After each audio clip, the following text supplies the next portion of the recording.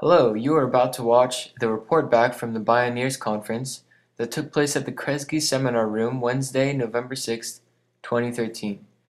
The event was hosted by UCSC's Common Ground Center, Education for a Just and Sustainable World. To find out more, go to kresge.ucsc.edu/commonground. Welcome, everybody. We have I'm sure you can sense this tonight, we have a small and very high quality group of people here tonight. I knew in setting up the chairs that council format would be the way. We have our altar piece here in the middle. This dear friend was left after the garden class I taught in this room today and wanted to be our centerpiece. Just look around this room, know that tonight there are things possible with this group of people that have never before been possible in the world. Together in this room tonight. There's an amazing group of people here. Are you feeling that? All right, let's dive in. So I'm David Shaw. If you don't know me, I believe I have met everyone here. I'm the host for the evening. There are some bathrooms right outside these double doors. There's a kitchen right there. You can help yourself to more water. There's some hot water and tea and teacups over there that Katie provided from Celestial Seasonings, right? Yep. Yeah, all right. Thank you. And we're just going to go into the Bioneers report back for half an hour, plus or minus, and then segue into the Power Shift report back for a half hour, plus or minus, and then, Q&A from there. It's going to be pretty loose and informal and workshop-y. I'd say that questions are, pretty much welcome at any time. I am video recording right now. It's just facing forward, but you'll see me popping up over there to attend to it every now and again. Is there anyone who is uncomfortable being video recorded? Or that you know that now? You could also say things and then, actually I don't really want that video recorded. You can just let me know, and I will respect your privacy. There's a Common Ground Center email list sign up going around. Thank you. And with that, I'd like to hand it over to Artie and Megan from the Bioneers organization. And Artie's the food and farming director and has just been a really big support for me in bringing forward the World Cafe and the open space process that you see recorded right here, and supporting the Youth Unity program of Bioneers, getting students, faculty, staff, and other educators scholarships to the conference. I almost hyphenated that word. Getting us to go to the Bioneers Conference for a reduced rate. That's largely thanks to Artie and his good work. And he's also a Santa Cruz resident. He lives up in Boulder Creek, so we're really happy to have you here. And maybe you could sort of frame, the Bioneers Conference, how it went down this year, and anything else you want to say. And I'm happy to chime in as you see fit. Great. Well, thanks, David, for inviting me. Great to be here with you all. David asked me to give you kind of my impressions of Bioneers this year, and I'm going to work from notes because there's a lot of different stuff that happened. So, one of my favorite quotes that epitomizes the Bioneers mission is by the visionary biologist Janine Benyus, who's developed the concept of biomimicry, which designs human systems based on natural patterns and functions. Janine said, "Life creates conditions conducive to life." Have everybody heard that before? That's a statement of biological reality. Anyone who closely observes nature knows the truth of that statement. Think about the magnificent old-growth redwood forest that stretched from Big Sur to the urban border. Before it was logged, it was 500 continuous miles of some of the oldest and largest living things on Earth. And no one needed to artificially fertilize that forest to support the incredible biomass.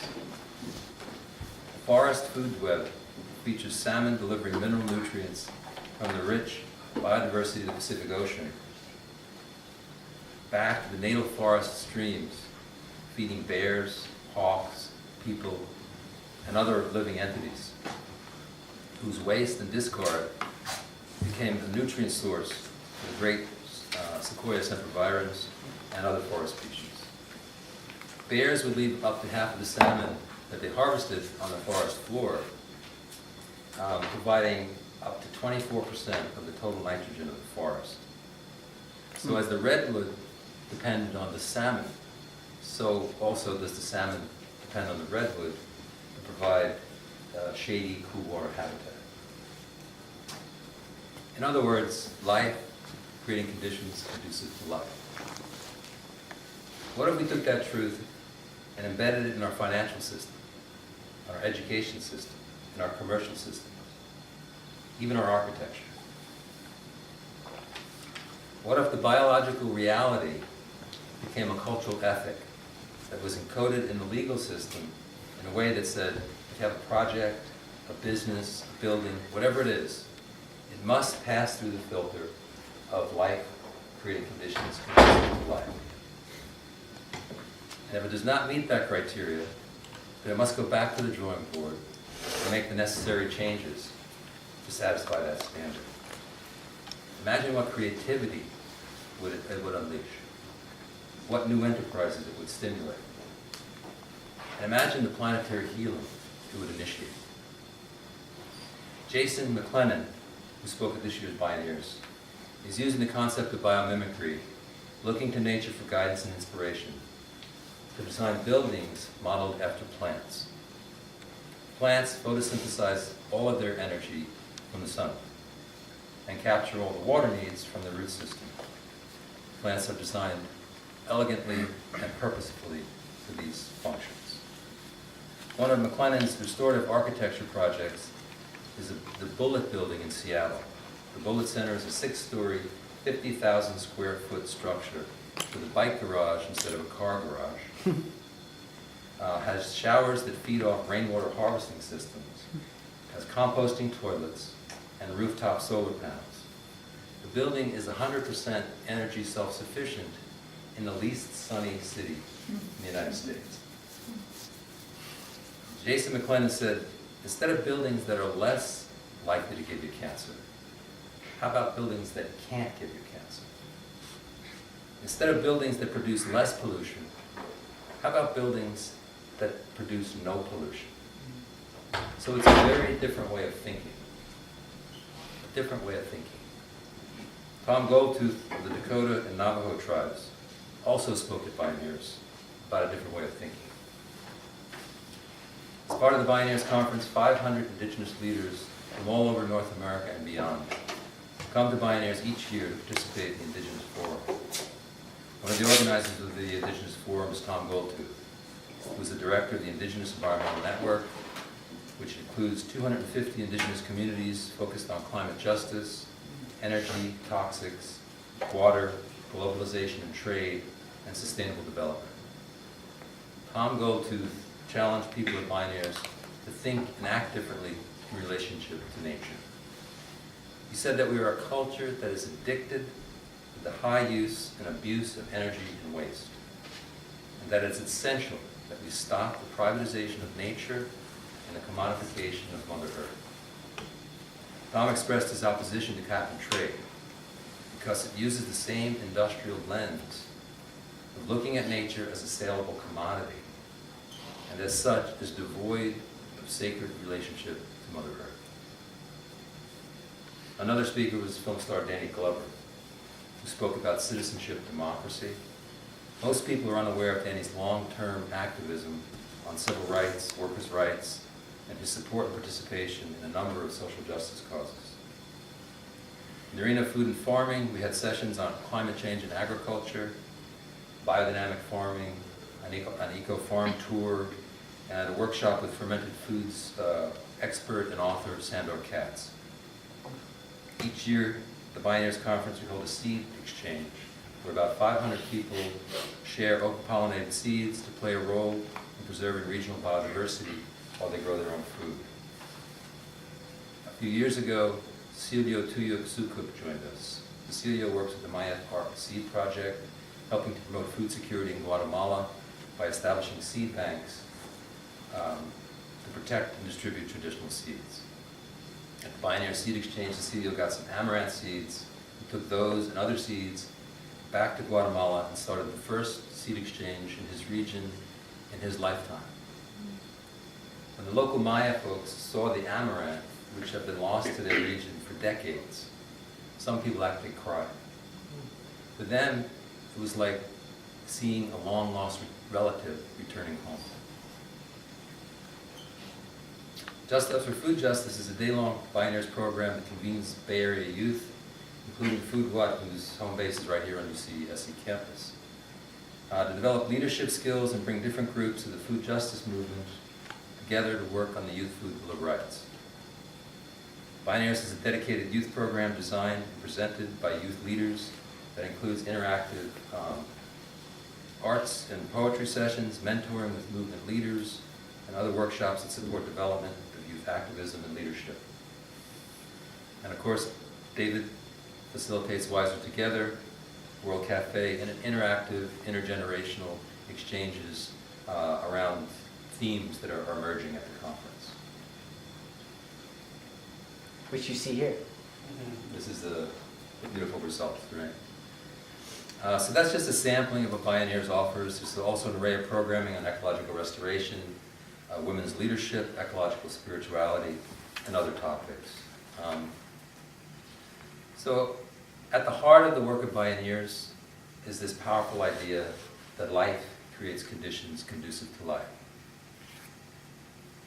Showing examples of amazing visionary activism and creative practical models and how to transform old systems that no longer work or serve the greater good. New ways of doing things that honor the sacredness of life, that respect and treat fairly all living beings, and celebrate the responsibility and the fulfillment of stewarding the magnificent and abundant gifts of nature. So that's my take, that's my offering to you about Bioneers this year, give you a taste of it, and I'm looking forward to hearing from other folks. Thank you, Artie. Well done. Connor Spears, in this group called Education for Sustainable Living, and we went on behalf of our organization through the Common Ground grant. And our main purpose was to absorb the culture and the knowledge being presented to us, but also we run a spring speaker series related to the blueprint for sustainable campus that the students create each year. And so while at Bioneers, we met up with a couple people who had already spoken with us and kind of reconnected with them. And we connected with some people who weren't able to come to our series last year. We wanted to touch base and see if they could come this year. Like Brock Dolan I talked to, we might actually get him to come. I know he's doing some common ground stuff. And I think something that really resonated with me was the kind of approach that Bioneers took. Like I came on Saturday and Sunday, and the opening was very accessible to me. Kind of approached the focus of the whole Bioneers Conference idea of like sustainable future in a way that definitely spoke to me, but I've heard before. But then when the conference branched off, it helped me understand how these different focuses and people's passions can all relate to this sustainability. Like the biodynamic talk, following the biomimicry talk, which is like the larger morning conference. I went to that smaller talk. I thought that was a neat flow to pick out by choosing that workshop. Yeah, and just kind of without repeating what Austin has said, I got to go to a different little breakout that included, I think it's the executive marketing director of Chiquita Banana, a woman who works very closely with Rainforest Alliance, and then also assistant sustainability director for Unilever. And so there was some very large people representing large companies, and it was a forum type setting, and someone from, I think it was The Economist or one of the other newspapers out there was kind of hosting. And so following that forum and watching kind of the damage control that the Unilever guy had to follow on while addressing the crowd. It was very interesting to watch, but it was cool to see the business side of sustainability. And so that following kind of the morning's discussions on what people might see as kind of the face of sustainability was interesting, because the business side is something that is almost big, if not bigger than farming, say, because it's so ubiquitous across the world. So being exposed to both of those kind of in different settings, I think was very useful. Would you just comment really quickly about like how ESLP benefits from going to Bioneers, from you going to Bioneers? Sure. Okay. Well, ESLP is a great program because it allows for peer-to-peer education. And so by attending these conferences, we get to, I guess, we each get something different, but I get to see these people get on stage in front of such a large crowd full of diverse people, and how they connect with the crowd, I think, is something I definitely take lessons from. And then, of course, also their speaking presentation, how they interact with the audience. That's definitely something to utilize, because you don't see that very often, especially in a classroom setting. So using that and then bringing that back to something as small as this, or something where it's very much like a classroom setting, I think is key. Because then you saw the audience, you were part of the audience. People are inspired, they want to go do things. And so taking that kind of force and condensing it and then putting it in a classroom, I think that's what I tried to gain. Yeah. Right on. Yeah, so you're seeing how they're doing it, and you're doing that yourself as you teach here. I'll try. Yeah, well, great. Who wants to go next? Thank you, gentlemen. Very well done. Katie, you done? Sure. Yeah, Katie Sullivan, coming over to you. Yeah. And the camera's this way. Very exciting. Yeah, so my name's Katie Sullivan. I got to go through the scholarship. I'm a student in David's class, so I got to go with a bunch of other students as well. And just seeing everything that's happening, I come from a community that's very interested in sustainability and is very big on staying green and staying as sustainable as possible and finding new ways. But seeing it so big and such a huge conference, and that was my first conference that I've ever been to, and it's amazing the powerhouse people that are there that you get to meet, and you get to interact with, like that energy and that passion and drive to go and change things, and like that they're making a difference was really something that hit me, that we can actually make a difference and come together and to synthesize that energy together and that like momentum to get a movement started or keep one going was definitely something that I took away from the conference this year. So the bigness and the whole systems. And that it's way larger than just my little bubble in one corner of the world, or like the Santa Cruz bubble in another corner, or the Bay Area bubble that's slightly north. Like all of the bubbles are connected and they're all working towards the same thing. Right on. Thank you, Katie.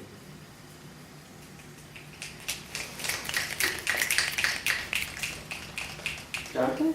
Sure. Jonathan? Let's see. So this year I spent a lot of time in the council tent, which I'd been inspired in really deeply the year before, so it felt really right to be there and be present with some teachers that I've done trainings with, and feel that transmission from them. I think one of the most inspiring things for me was to see the strong emphasis on biomimicry and on the technology that's come out of it and the kind of natural logic that represents. I've been, as a composer, involved for many years with writing music that comes from DNA or comes from some kind of natural system or that's biomimetic in some fashion. And there's a whole emergent stream in music that's gone back maybe 80 years of people using biomimetic processes and logic and awareness and consciousness and philosophy to fuel really incredible art.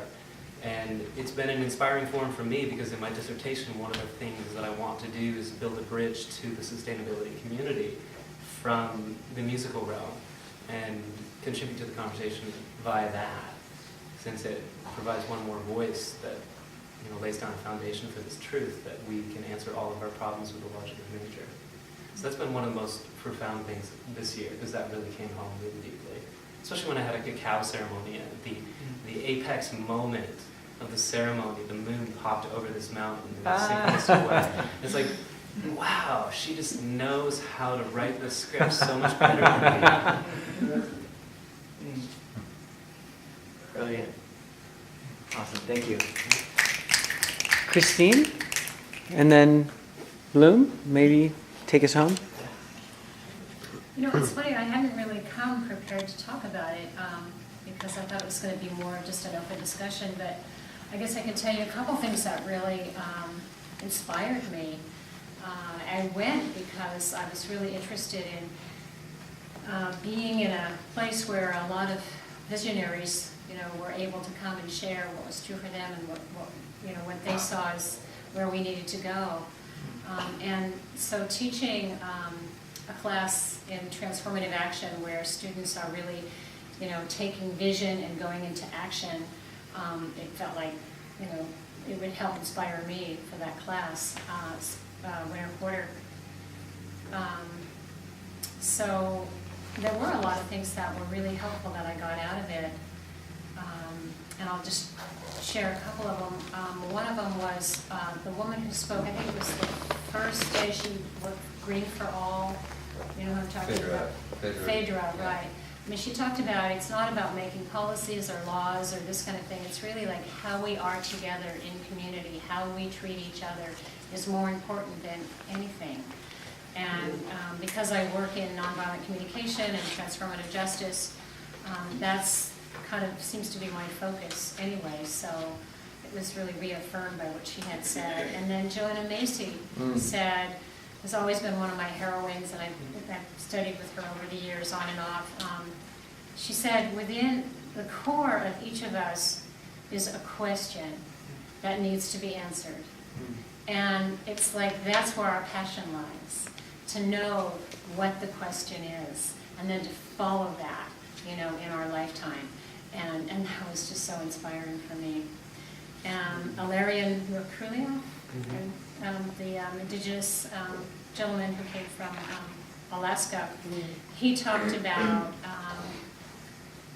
he just talked about the emergence or the reemergence of the feminine, and I really got it. It's not women, but the feminine and the feminine in all of us, and the feminine, which is that life-giving force and that heart center.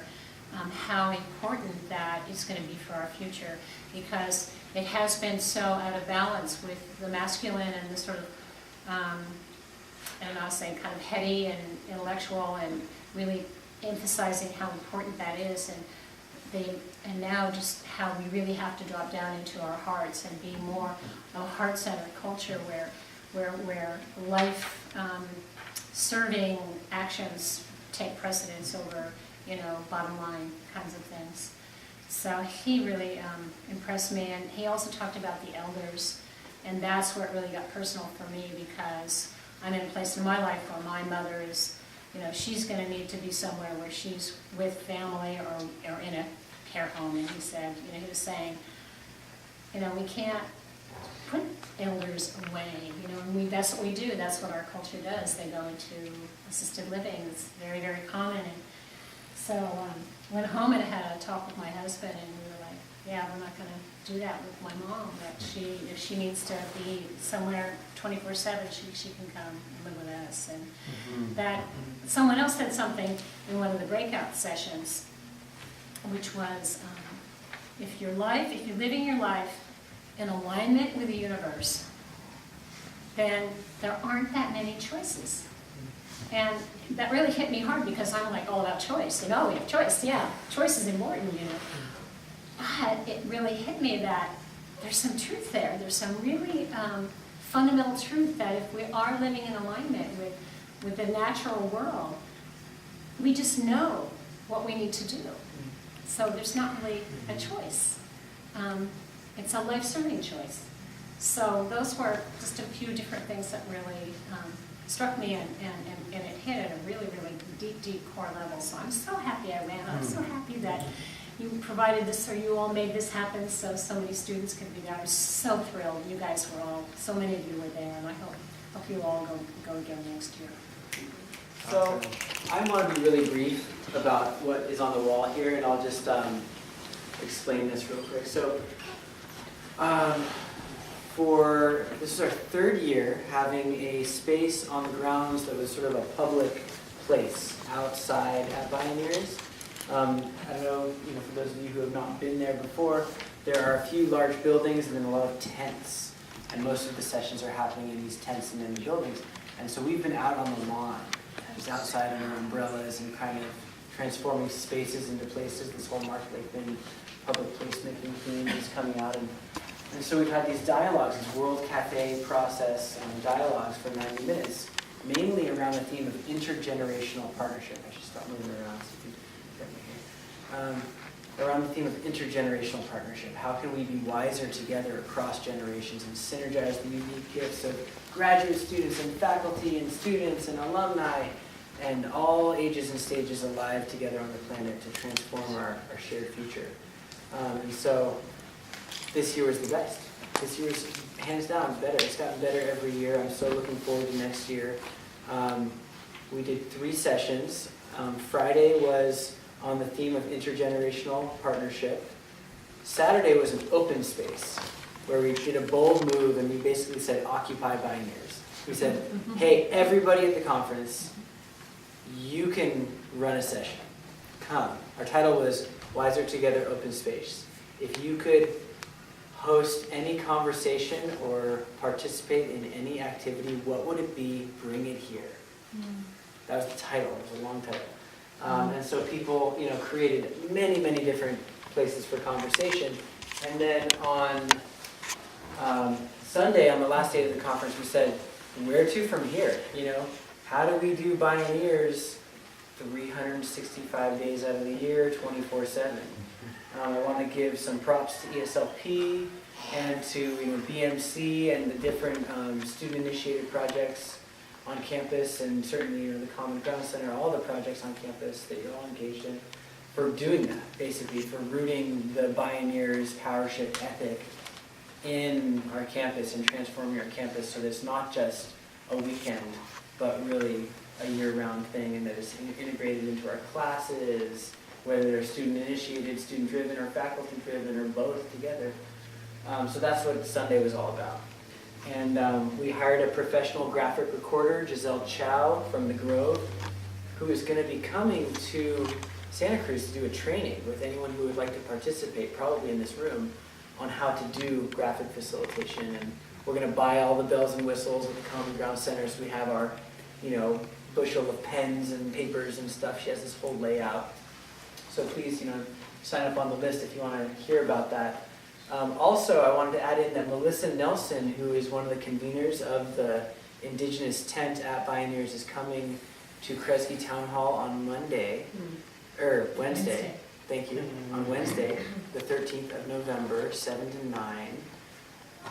Some of you who are, in the VIP, you're all on the VIP list. We're doing dinner beforehand if you want to come. And then Brock Dolman, who you mentioned, is coming to Town Hall in January as well. So yeah, there's some more Bioneers folks coming in. And I'm not going to give you the details here of what happened, but there were tears shed, there were deep connections.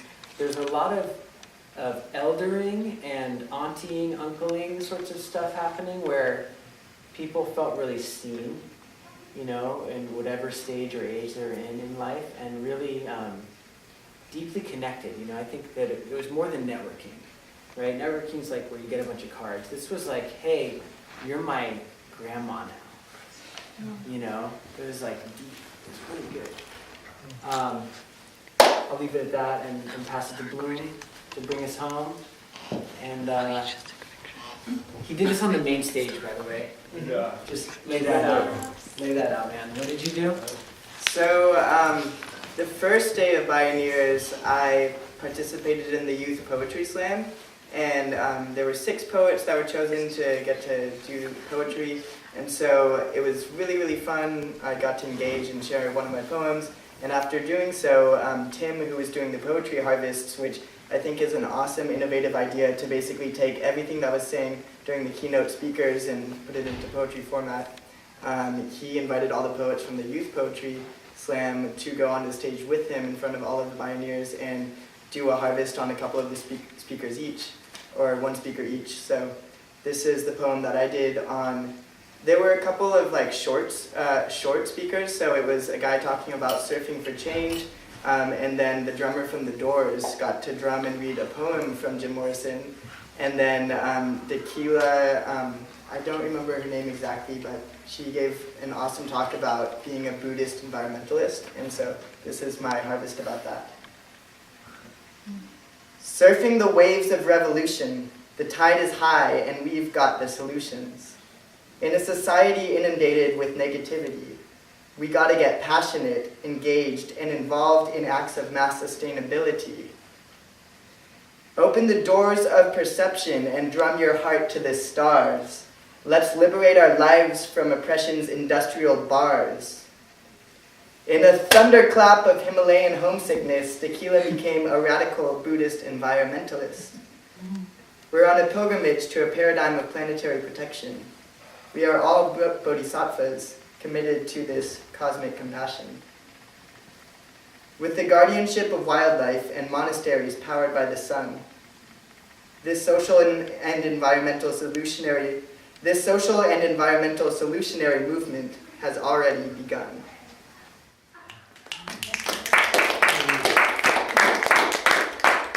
And a quick note on Bioneers. This was my second year at Bioneers, both after I graduated, thanks to Dave for helping to facilitate the process of Alumni Scholarships, which I think became a new thing.